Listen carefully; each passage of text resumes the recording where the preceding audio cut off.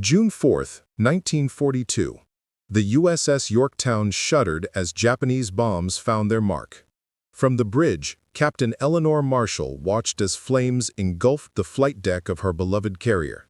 In that moment of chaos, as the Pacific sky filled with the screams of diving Japanese bombers, she knew America had just been taught a devastating lesson about naval warfare.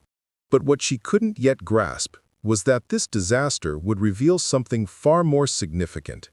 America's true strength wasn't in its battles won, but in its factories at home.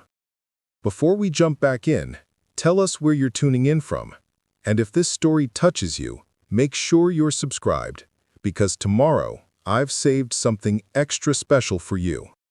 Naval Station Pearl Harbor, December 12, 1941. Captain Marshall stood among the wreckage of America's Pacific Fleet, her uniform still crisp despite the humid Hawaiian air. Just 5 days after the attack that had shocked the nation, she had been summoned from her post at the Naval War College to assess the damage.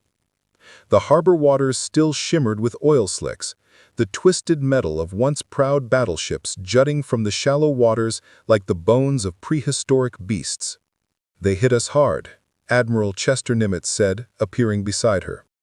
8 battleships damaged or sunk, nearly 200 aircraft destroyed, over 2,000 men dead. Eleanor nodded grimly.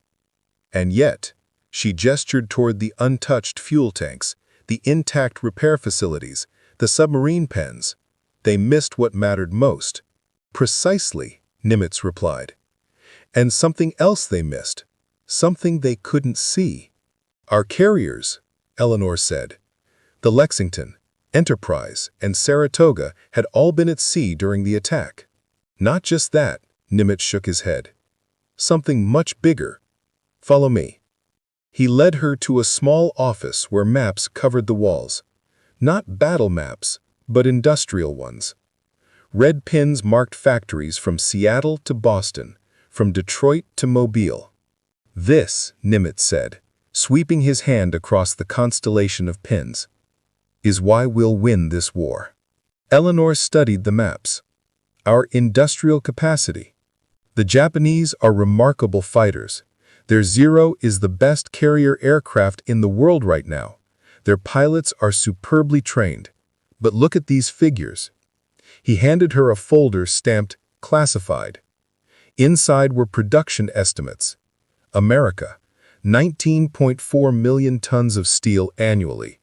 Japan, 5.8 million tons. America, 4.3 million barrels of oil daily. Japan, 55,000 barrels, mostly from conquered territories. The numbers were staggering. "They've awakened a sleeping giant," Eleanor whispered. "Indeed, and in their planning, they made a critical miscalculation. They believed that destroying our battleships would cripple us. But we can replace ships. Can they?" Over the next 6 months, Eleanor would be assigned to study Japanese industrial capacity as part of naval intelligence. Her findings were sobering. Japan's entire aircraft industry employed just 35,000 workers. A single American factory, Douglas Aircraft in California, employed 6,000 workers on one shift alone. Mitsubishi required 3 weeks to build a twin-engine bomber. American factories completed similar aircraft in days. March 1942. Eleanor was transferred to Pearl Harbor permanently, tasked with assessing battle damage and repair capabilities. The war had begun in earnest. Japanese forces had captured the Philippines, Malaya, Singapore, and the Dutch East Indies. The empires stretched across the Pacific, seemingly unstoppable. Then came the Battle of the Coral Sea in May 1942.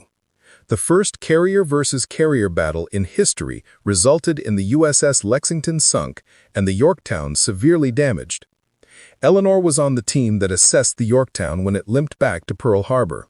3 to 6 months, she estimated, based on comparable Japanese repair times for similar damage.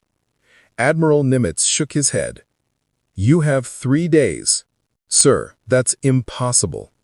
The flight deck is warped. There's structural damage to—" "3 days, Captain." We have intelligence suggesting a major Japanese operation aimed at Midway. We need every carrier. What happened next became legend. The Yorktown entered dry dock on May 27th. Working around the clock, 1,400 workers swarmed over the damaged carrier. Electricity came from portable generators brought alongside. Welding arcs lit the harbor through the night. Steel plates, pre-cut to specifications, were ready and waiting. Eleanor watched in amazement as teams of workers moved with choreographed precision. Many were civilians, former car mechanics, construction workers, even shipyard workers from the mainland who had volunteered after Pearl Harbor. A significant number were women, taking up welding torches and rivet guns with the same determination as their male counterparts. "How is this possible?" she asked the yard superintendent, a gruff man named Frank Thurmond. "Mass production techniques," he said. "We're building ships the way Ford builds cars. Standardized parts, assembly line methods, interchangeable components." 72 hours later, the Yorktown sailed from Midway, combat-ready. Eleanor was aboard as a tactical advisor, still stunned by the repair feat she had witnessed. In contrast, the Japanese carrier Shokaku, damaged at Coral Sea, required 11 weeks of repairs at Yokosuka. The disparity was revealing. American shipyards employed pneumatic tools, electric welders, and had unlimited steel. Japanese yards relied more heavily on manual labor and often improvised with limited materials. Then came June 4, 1942, the Battle of Midway. Eleanor experienced it from Yorktown's bridge, watching as Japanese dive bombers and torpedo planes attacked in waves. American fighters intercepted many, but enough got through. Bombs struck the hastily repaired carrier. Within hours, the Yorktown was abandoned, later to sink from torpedo damage. But something much more significant happened at Midway. 4 Japanese carriers, Akagi, Kaga, Soryu, and Hiryu, were sunk in a single day. The core of the Imperial Japanese Navy's striking power had been eliminated. Preparing and narrating this story took us a lot of time, so if you are enjoying it, subscribe to our channel. It means a lot to us. Now back to the story. Eleanor was rescued, along with other Yorktown survivors. Back at Pearl Harbor, as she debriefed with intelligence officers, the true significance of Midway began to emerge. It wasn't just a tactical victory, it represented a strategic turning point that highlighted the fundamental asymmetry between American and Japanese industrial capacity. 4 carriers lost, she noted in her report. For Japan, these are irreplaceable assets. Her superior, Commander William Jeffries, nodded grimly. "Our intelligence indicates they cannot replace those carriers in any reasonable time frame, but we already have the Essex class in production. The first will be commissioned before the end of the year." Eleanor knew about the Essex-class carriers. 24 had been ordered. They were larger, more advanced, and more combat-capable than any carrier afloat. And American shipyards were building them simultaneously. "How many pilots did Japan lose?" she asked. "Approximately 110 experienced carrier aviators, nearly a quarter of their total carrier pilot force." Eleanor scribbled notes. "And their replacement rate? About 50 carrier-qualified pilots per month at best, and that's assuming they have adequate fuel for training." The numbers told a story more eloquent than any battle report. Japan had lost 248 aircraft at Midway. America had lost 150. Japan had lost 110 irreplaceable veteran pilots. America had lost 60 aircrew. Within 6 weeks, American carrier air groups would be back to full strength with new planes and trained pilots. Japan would never fully recover its Midway losses. By August 1942, Eleanor was assigned to the planning staff for Operation Watchtower, the invasion of Guadalcanal. The first American offensive of the Pacific War would test both sides' ability to sustain combat operations over extended supply lines. What followed was a 6-month campaign that demonstrated the logistical disparity between the two nations. Between August 1942 and February 1943, Japan and America fought roughly equivalent 9 ships in those waters. But the aftermath told the real story. Within 6 months of Guadalcanal's conclusion, the Americans appeared with a fleet larger than all the ships they had lost. Japan struggled to replace even its destroyer losses. Eleanor analyzed the logistical challenges faced by both sides. The Tokyo Express, Japanese destroyer runs to resupply Guadalcanal, revealed the mismatch. Japanese destroyers, burning precious fuel, could deliver 240 tons of supplies per run at enormous risk. American Liberty ships, mass-produced at a rate of 3 per day, delivered 10,000 tons per voyage. One American cargo ship carried more than 40 Japanese destroyer runs. The results were predictable. Japanese forces on Guadalcanal suffered from severe malnutrition, with only 30% combat effectiveness by December 1942.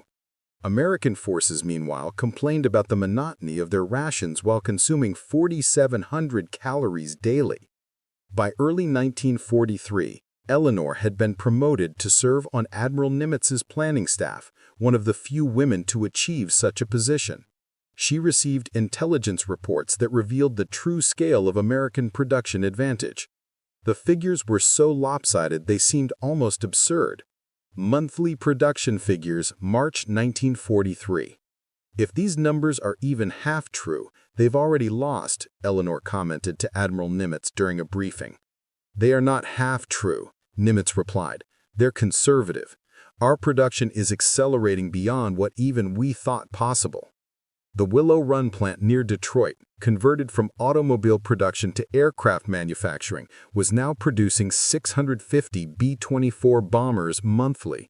Japan's entire heavy bomber production for the war would total just 150 aircraft. The human element of this production miracle fascinated Eleanor. America's factories were increasingly staffed by women, the famous Rosie the Riveters, who had stepped forward to replace men sent to war. Eleanor visited the Kaiser shipyards in Richmond, California, where she observed crews that included grandmothers working alongside college students and former housewives, all building Liberty ships at a pace that seemed impossible. "How do you maintain quality at this speed?" she asked Henry Kaiser during her visit. Kaiser smiled. "Standardization and simplification. We've reduced the number of different parts needed. We prefabricate sections inland and bring them here for assembly. And we've discovered something unexpected. Our inexperienced workers often find innovative shortcuts that our veteran shipbuilders never considered." The Liberty ship program embodied America's industrial approach to warfare. Before the war, a cargo ship took about 200 days to build. Kaiser's yards were now producing them in an average of 42 days, with the record-setting SS Robert E. Peary built in just 4 days, 15 hours, and 29 minutes. Skilled craftsmen working on one ship at a time. They produced quality vessels, but at a pace that couldn't begin to match American production. June 1944 brought the Battle of the Philippine Sea, dubbed by American pilots as the Great Marianas Turkey Shoot. Japan had scraped together 9 carriers with 473 aircraft for this decisive battle. America brought 15 carriers with 956 aircraft. Eleanor, now serving on Admiral Spruance's staff, analyzed the preliminary intelligence reports. Their pilots are averaging less than 200 flying hours of training. Ours have a minimum of 600 hours. The technological gap was equally stark. American carriers launched F-6F Hellcats with 2,000 horsepower engines, 650 caliber machine guns, self-sealing fuel tanks, and armor plating. Japanese Zeros, virtually unchanged since 1940, had no armor, no self-sealing tanks, and were still powered by 950 horsepower engines. The results reflected this disparity. Japan lost 476 aircraft and 3 carriers. America lost 130 aircraft and no ships. Japan lost 480 aircrew, 8 months of pilot training output. America lost 76 aircrew and replaced them within days from training programs producing 3,000 naval aviators monthly. Eleanor documented these statistics meticulously, building a comprehensive picture of the material imbalance that defined the Pacific War. Her reports made their way to Washington, where they helped inform strategic planning. By November 1944, the first B-29 superfortresses appeared over Tokyo, flying from bases in the Mariana Islands. Each bomber cost $639,000, more than many Japanese government buildings. America built 3,970 of them. The B-29 program cost $3 billion, exceeding Japan's entire annual military budget. Each superfortress contained 55,000 parts manufactured to tolerances Japan couldn't measure. The pressurized cabins, remotely controlled gun turrets, and bombing computers represented technology Japan couldn't replicate with a decade of development. The B-29 raids revealed American industrial excess beyond Japanese comprehension. Bombers flew 1,500 miles from the Marianas, dropped their bombs, and flew back, a 3,000-mile round trip consuming 6,000 gallons of aviation fuel per aircraft. A 500-plane raid burned 3 million gallons of fuel, Japan's entire monthly aviation fuel production. As the war entered its final phases, the material disparity became even more pronounced. The invasion of Okinawa in April 1945 demonstrated American industrial might at its apex. The invasion fleet comprised 1,457 vessels, more ships than the Imperial Japanese Navy had operated in its entire history. Eleanor, now assigned to the planning staff for Operation Downfall, the proposed invasion of Japan, calculated the logistical requirements with a sense of awe. The invasion would involve thousands of ships, millions of men, and quantities of material that dwarfed even D-Day. The numbers are almost beyond comprehension, she wrote in her analysis. We're planning to land more troops on the first day than Japan has defending the entire island of Kyushu. The kamikaze campaign against the Okinawa fleet revealed the futility of courage against industrial output. Japan launched 1,900 kamikaze attacks. They sank 36 ships and damaged 368. Within 60 days, every lost ship was replaced, most damaged ships repaired. The supply operation for Okinawa further illustrated the disparity. Every day, transport ships delivered 50,000 tons of supplies, food, ammunition, fuel, medicine. Japan's merchant marine couldn't move 50,000 tons weekly to all its forces combined.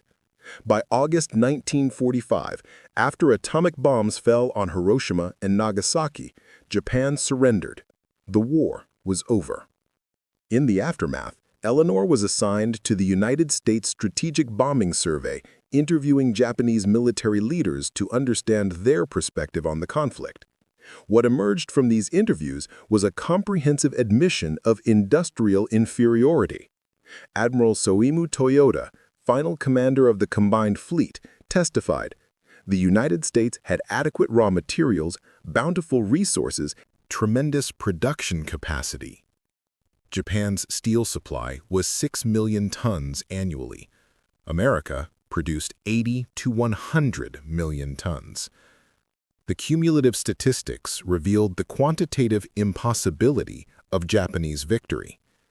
Perhaps most telling was the human capital disparity. America trained 250,000 pilots during the war. Japan trained 45,000. Japanese pilot training hours declined catastrophically, from 600 to 700 hours for elite pilots in 1941 to as little as 40 hours by 1944. Meanwhile, American training hours increased throughout the war, reaching 525-plus hours average by 1944. Americans burned more fuel in training flights than Japan allocated for combat operations. As the occupation of Japan began in late 1945, Eleanor Marshall found herself in an unexpected role. Formerly an analyst of Japanese industrial capacity, she was now helping to rebuild the very nation she had studied so methodically during the war. The irony wasn't lost on her as she stood on the deck of the USS Missouri, watching American ships fill Tokyo Bay, more naval power in one harbor than Japan had possessed at its peak. Quite a sight, isn't it? The voice belonged to General Douglas MacArthur, Supreme Commander of Allied forces in Japan. He had just arrived at Atsugi Airfield to begin the occupation. "It certainly is, General," Eleanor replied, "though I'm wondering what happens next." MacArthur gazed across the harbor. "Now comes the harder part. We defeated them through industrial might. We must help them rebuild through the same principles." Within weeks, Eleanor was assigned to the Economic and Scientific section of the Occupation Administration. Her task? To document Japanese industrial methods and help implement American manufacturing techniques. It was during these early occupation days that she witnessed firsthand the profound impact of American industrial capability on Japanese officers who had once dismissed it. Admiral Ryunosuke Kuseka, former Chief of Staff of the Combined Fleet, accompanied Eleanor on a tour of the occupation fleet. As they moved from ship to ship in a small launch, his expression remained stoic, but his questions revealed his astonishment. "How many of these destroyer escorts did you build during the war?" he asked, pointing to a Ruddero-class DE. 563, Eleanor replied, all built between 1943 and 1945. Kusaka fell silent, doing mental calculations. Japan had completed just 63 destroyers during the entire war. And these ships were built by whom? He finally asked. Mostly by civilians, many of them women who had never worked in shipyards before the war. This information seemed to affect Kusaka more deeply than the raw numbers. Women built these warships. He stared at the vessels with new eyes. "Women built much of our war material," Eleanor explained. 6 million women entered the workforce during the war. They built aircraft, tanks, ships, ammunition, everything.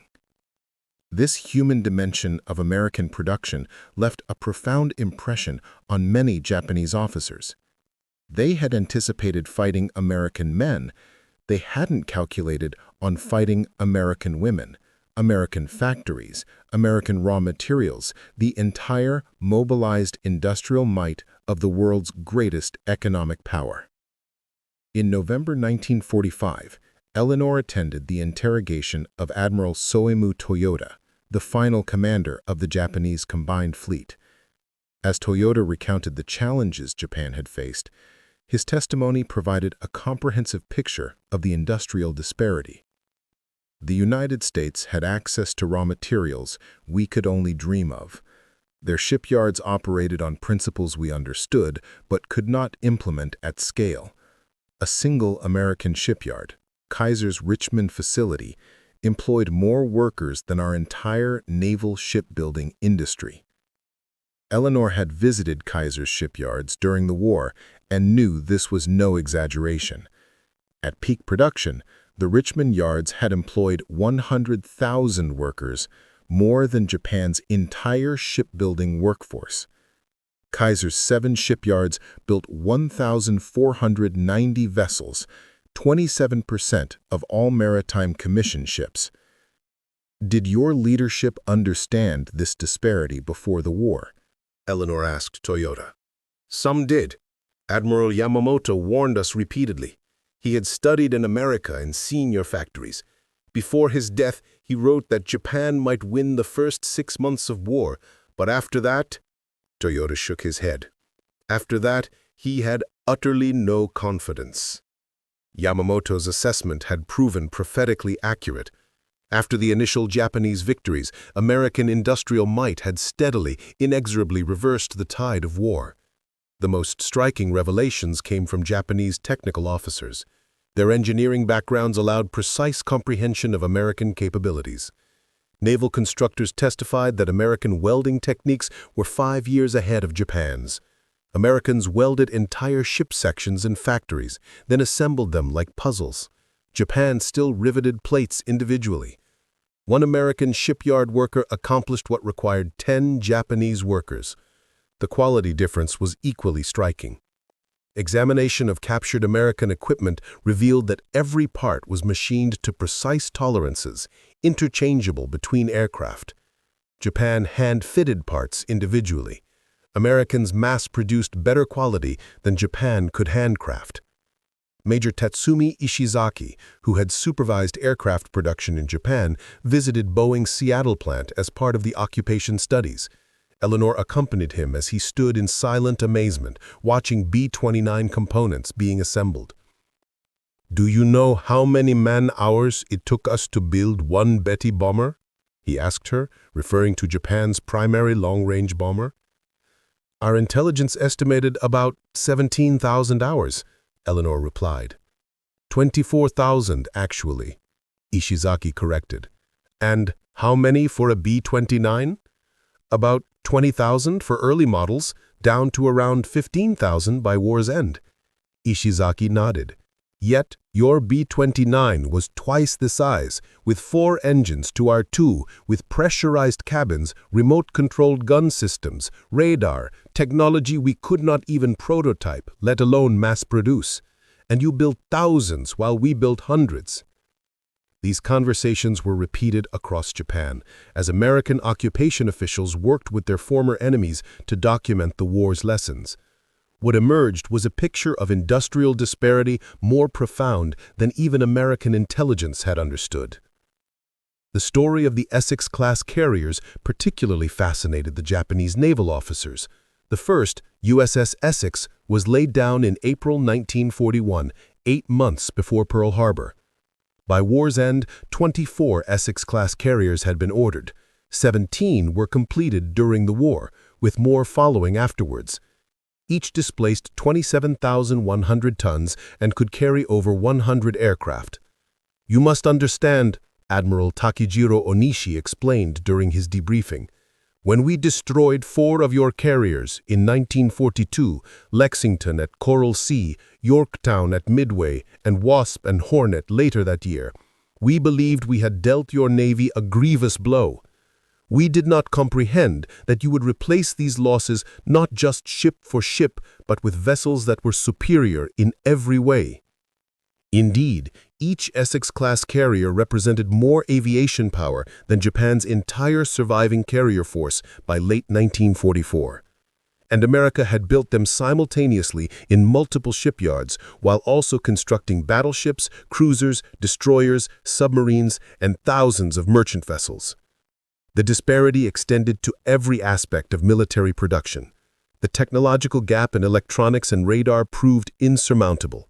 By 1945, every American ship had multiple radar systems: search radar, fire control radar, navigation radar. Japan's best ships had one malfunctioning search set. The proximity fuse exemplified American industrial sophistication. Each anti-aircraft shell contained a miniature radar that detonated near aircraft, increasing lethality 5 to 10 times. Japan could not manufacture basic vacuum tubes reliably. America mass-produced 22 million proximity fuses, miniature radar systems, as ammunition. Employed 4,000 people and spent $1.5 billion developing over 100 radar systems. Japan had only 300 staff in naval electrical research by August 1943. Preparing and narrating this story took us a lot of time, so if you are enjoying it, subscribe to our channel. It means a lot to us. Now, back to the story. The submarine campaign illustrated another dimension of industrial disparity. America commissioned 228 submarines during the war. Japan built 126. More critically, America produced submarines on assembly lines, while Japan hand-built each boat. By January 1945, American submarines had sunk 60% of Japan's merchant fleet, 4.8 million tons. Japan's entire shipbuilding industry, working desperately, could produce 500,000 tons annually. America's Liberty ship program alone produced 500,000 tons monthly. The technological gap in submarines was insurmountable. American boats had air conditioning, cold storage for food, ice cream machines, washing machines. Japanese submarines operated in 120-degree heat, crews surviving on rice and pickled vegetables, developing scurvy and beriberi from malnutrition. As Eleanor compiled these statistics, she was struck by the human stories behind the numbers. She interviewed Captain Victoria Lawson, who had commanded the submarine USS Hammerhead on 7 war patrols. The Japanese built good submarines, Lawson acknowledged. Their long-lance torpedoes were superior to ours for most of the war, but our boats could stay at sea longer, dive deeper, and most importantly, we had enough of them to maintain constant pressure on their shipping lanes. By 1944, they were running out of merchant ships, running out of tankers, running out of everything. We were just getting started. This was the fundamental reality of the Pacific War, a reality that Japanese leaders had either ignored or been forbidden to acknowledge. They had challenged an industrial colossus that outproduced Japan not by percentages, but by orders of magnitude. The interrogation rooms of Sugamo Prison became confessionals, where Japan's naval leadership confronted this reality. Their testimony to the USSBS would reveal not just military defeat, but the complete fantasy of competing with American industrial capacity. Admiral Mitsumasa Yonai, Navy minister during the war, testified, "We knew the numbers, but believed Yamato's spirit could overcome material disadvantage. One Japanese soldier might equal 3 Americans in spirit, but one American factory equaled 50 Japanese factories in production."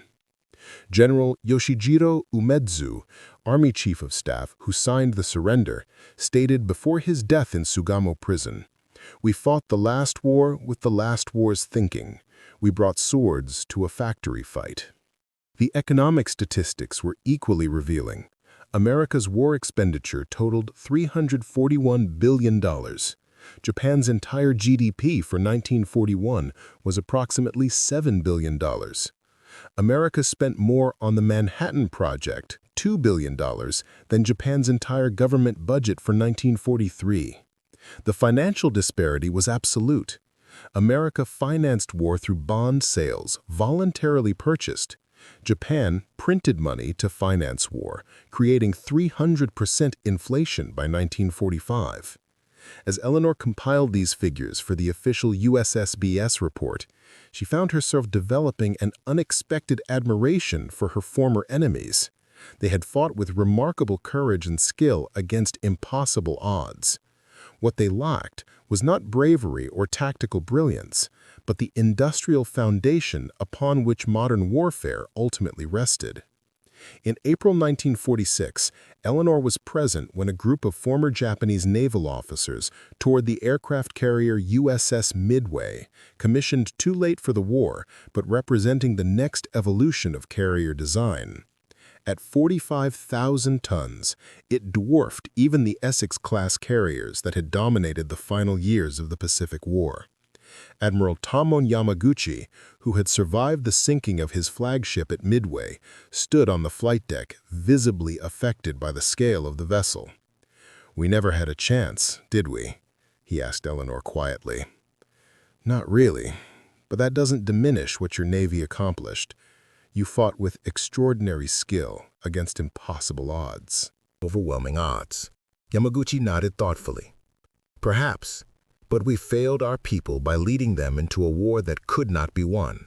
The question now is what lessons we take from this defeat." The answer to that question would emerge in the coming years as Japan, guided partly by American advisors like Eleanor, rebuilt its shattered economy. The Japanese officers who had testified about American industrial supremacy became unexpected architects of Japan's post-war economic miracle. Their witness to American production methods, learned in defeat, provided blueprints for peaceful prosperity. W. Edwards Deming arrived in 1950 to teach quality control methods to Japanese industry. His seminars, attended by Japan's top executives, transmitted the industrial knowledge that would fuel Japan's economic transformation. Companies founded by former military personnel applied American mass production techniques to consumer goods. Eleanor remained in Japan until 1952, helping to establish economic reforms that would lay the groundwork for recovery. Before departing for home, she had a final meeting with Akio Marita, a former naval officer who was starting a small electronics company called Sony. "What is the most important lesson you learned from America's industrial success?" she asked him. Morita considered the question carefully. That mass production need not mean poor quality. That standardization and interchangeability create efficiency without sacrificing excellence. That ordinary workers, properly trained and equipped, can create extraordinary products. He smiled, and that defeat can be the beginning of something greater if one has the wisdom to learn from it. By 1960, Japan was producing automobiles that competed with American cars. By 1970, Japanese electronics dominated world markets. By 1980, Japan had achieved through industry what it had failed to achieve through conquest: global influence and respect. The testimony of Japanese military officers about American industrial supremacy stands as history's most complete admission of miscalculation. They discovered that modern war was not about courage, but capacity, not about spirit, but statistics, not about warriors, but workers. Eleanor Marshall retired from the Navy in 1955 with the rank of Rear Admiral, one of the first women to achieve that rank. She later taught at the Naval War College, where she emphasized the critical importance of industrial capacity in military planning. Her lectures often included what she called the lesson of the Essex class, how America's ability to replace 4 lost carriers in 1942 with 17 new superior carriers before war's end represented the true nature of modern warfare. The carrier battles of 1942 appeared to be tactical contests between opposing fleets, she would tell her students. In reality, they were contests between opposing industrial systems, and in that contest, Japan never stood a chance. In her final public lecture in 1972, at a time when America was extricating itself from Vietnam, Eleanor returned to the lessons of the Pacific War. Military power ultimately rests on economic foundations, she told the audience. No nation can maintain forces beyond what its economy can support. No amount of courage, no brilliant tactics, no fighting spirit can overcome fundamental material disadvantages. The Japanese learned this lesson at tremendous cost. The question is whether we have learned it as well. Ships at the rate of 1 per day now built container vessels carrying trade goods around the world.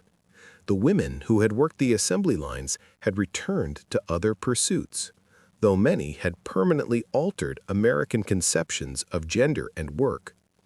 In 1984, at the age of 83, Eleanor visited Japan one final time. She toured a Toyota factory where cars were being built with quality control standards that American manufacturers were struggling to match. She visited Sony's headquarters, where consumer electronics more advanced than anything produced in America were rolling off assembly lines. She met with Japanese business leaders, many of whom had served in the Imperial Navy or Army during the war. What she witnessed was the completion of a transformation from military defeat to economic success, from imperial ambition to commercial excellence. The nation that had once built Zero fighters now built Walkman personal stereos. The shipyards that had once launched aircraft carriers now produced the world's most advanced commercial vessels. The factories that had once manufactured bombs now made cameras.